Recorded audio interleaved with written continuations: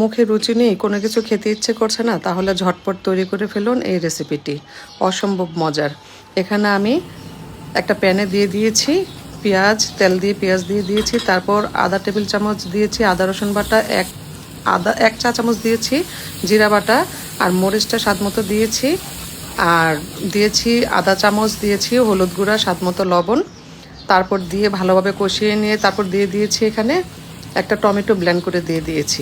তো ভালোভাবে কষানো হয়েছে, দেখতেই পেরেছেন যে কিভাবে কষানো হয়েছে। তারপর কেটে রাখা বেগুন দিয়ে দিলাম। তারপর একটু কষানো হলে দিয়ে দিয়েছি ঝোলের জন্য পানি। তারপর 4টা ডিম আগে থেকে ভেজে রেখেছি, ভেজে তারপর দিয়ে দিলাম এই যে 4টা ডিম।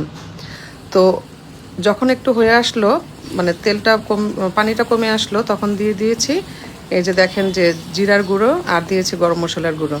তো এটা দিয়ে সব শেষে যেটা দিয়েছি এই যে তেঁতুল আগে থেকে ভিজিয়ে রেখেছি। তারপর তেঁতুলের যে কাপটা ওইটা দিয়ে দিয়েছি। দিয়ে আরও একটু ভুনা ভুনা করে ধনেপাতা কুচি দিয়েছি। আপনারা চাইলে ধনেপাতা নাও দিতে পারেন। তারপর দিয়েছি একটু চিনিটা দেওয়াতে কিন্তু টেস্ট অনেক বেড়ে যায়। তো এই যে দেখেন চিনিটা দিয়ে তারপর ধনেপাতা কুচি দিয়ে তারপর নামিয়ে নিচ্ছি। অসম্ভব মজার। এটা পোলাও, সাদা ভাত বা খিচুড়ি সব কিছুর সাথে কিন্তু ভীষণ ভালো লাগে। দেখেন কালারটা কত সুন্দর হয়েছে, আলহামদুলিল্লাহ।